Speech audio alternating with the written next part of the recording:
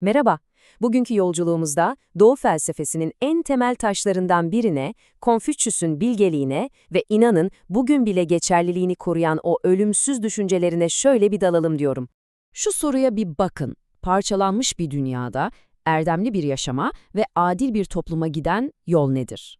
Yani bu soru sanki bugün bizim için sorulmuş gibi değil mi? Ama işte ilginç olan bu sorunun binlerce yıl önce de ne kadar yakıcı olduğunu hissetmek. İşte bu evrensel arayış var ya, o bizi tam 2500 yıl öncesine götürüyor. Kendi çağının o korkunç kaosunda bir cevap arayan bilge bir öğretmene, yani Konfüçyüs'a. Gelin bu yolculuğa birlikte çıkalım. Şimdi Konfüçyüs'ü ve felsefesini gerçekten anlamak istiyorsak, önce bir durup onun yaşadığı çağa, yani bu bilgeliğin doğduğu o çalkantılı dönemi adeta solumamız lazım.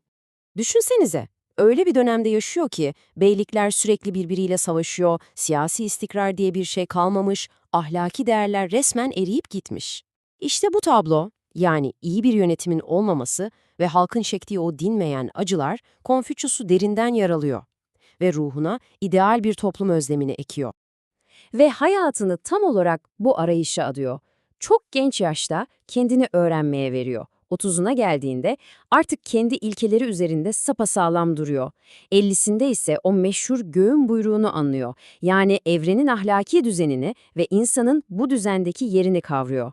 Sonra ne yapıyor? Fikirlerini bir meşale gibi eline alıp tam 13 yıl boyunca diyar diyar geziyor ve arkasında öğrencileri sayesinde nesiller boyu aktarılacak devasa bir felsefi miras bırakıyor. Peki, Konfüçyüs'ün bütün bu kaosa sunduğu reçete neydi? Ona göre çözüm öyle dışarılarda falan değildi, içeride başlıyordu. İdeal insanda, yani onun deyişiyle üstün insanda. Konfüçyüs için ustun insan olmak, öyle soylu bir aileden gelmekle, kan bağıyla falan olan bir şey değildi. Hiç alakası yok. Bu tamamen karakterle, erdemle ilgili bir meseleydi. Kimdi peki bu insan? Akıllı, alçak gönüllü, dürüst ve en önemlisi laf kalabalığı yapmayan, sözlerinden önce eylemleriyle konuşan kişiydi.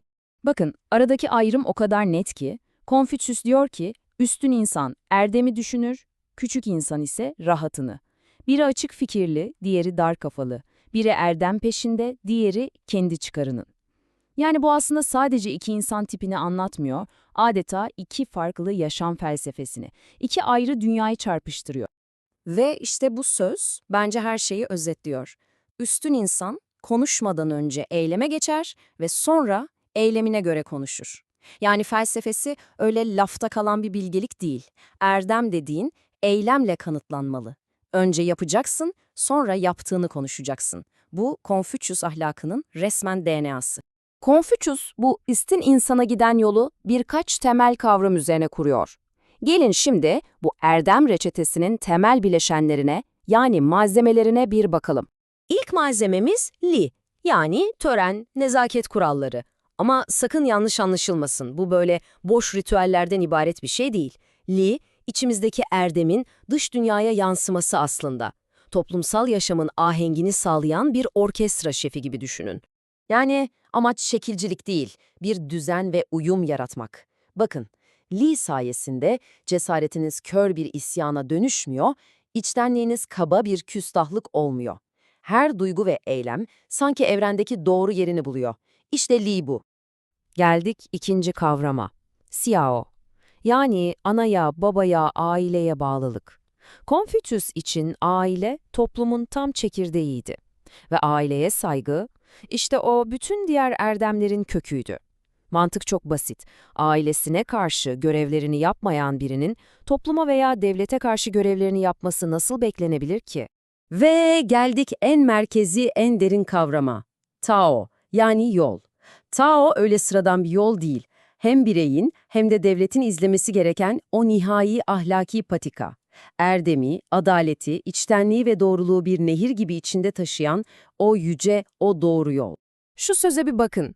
Bir kimse sabahleyin Tao'yu işitse, akşamleyin yazıklanmadan ölebilir. Bu söz Tao'yu bulmanın ve o yolda yürümenin ne kadar hayati olduğunu daha çarpıcı nasıl anlatabilir ki? Çünkü o yolu bulmak, hayatın anlamını bulmak demek. Ve o yolda bir an bile yürümek, pişmanlıksız bir ömre bedel. Şimdi, Konfüçyüs için bütün bu anlattığımız bireysel erdemler var ya, Bunlar asla tek başına bir amaç değil. Bunlar daha büyük bir hedefin, yani adil ve uyumlu bir devlet kurmanın ilk adımı. Peki bu yüce hedefe nasıl ulaşılacak? İşte, dinleyin, onun siyaset felsefesinin özü tam olarak bu sözlerde. Diyor ki, halkı yasalarla, cezalarla yola getirmeye çalışırsan sadece senden korkarlar. Cezalardan kaçmaya çalışırlar ama hiç utanç duymazlar. Ama onları erdemle, onlara ahlaki örnek olarak yönetirsen, işte o zaman utanç duymayı öğrenirler ve iyi olmaya kendileri yönelirler. Kısacası ahlaki liderlik zorbalıktan kat kat daha güçlüdür. Yöneticilere verdiği tavsiyeler de adeta bir el kitabı gibi. Çok net. 1. Erdemle yöneteceksin, baskıyla değil. 2. Halkın güvenini kazanacaksın çünkü güven yoksa devlet de yoktur. Bu kadar basit. Ve 3. Önce kendini düzelteceksin. Çünkü liderin kendisi doğru yolda değilse halkı doğru yola nasıl götürsün, değil mi? Ve düşünün, aradan tam 2500 yıl geçmiş ama bu fikirler hala bizimle konuşuyor. İşte bu, Konfüçyüs'ün mirasının ne kadar güçlü ve zamansız olduğunun en büyük kanıtı. Onu bu kadar olağanüstü kılan şey bir tanrı ya da peygamber olması falan değil. Tam tersi.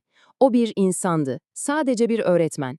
Ama insanlığa ve eğitimin gücüne sarsılmaz bir inanç duyan bir öğretmen.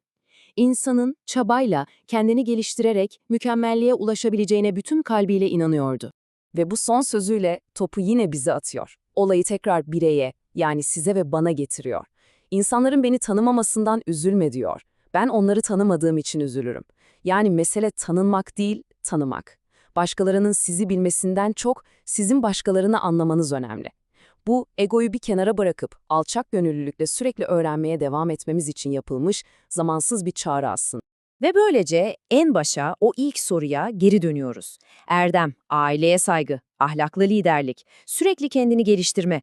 Bütün bu kavramlar günümüzün bu kaosunda bize nasıl bir yol, nasıl bir pusula olabilir? Belki de bu sorunun cevabı o eski metinlerin tozlu sayfalarında değil de o sayfalardaki bilgeliği bugün, şimdi kendi hayatımıza nasıl uygulayacağımızda gizlidir. Ne dersiniz?